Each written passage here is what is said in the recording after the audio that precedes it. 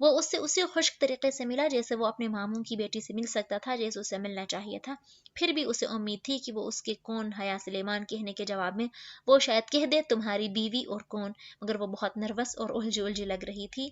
وہ جہاں سے اتنی مختلف تھی کہ وہ پھر سے بد دل ہونے لگا تھا۔ پتہ نہیں کیا بنے گا ہمارا۔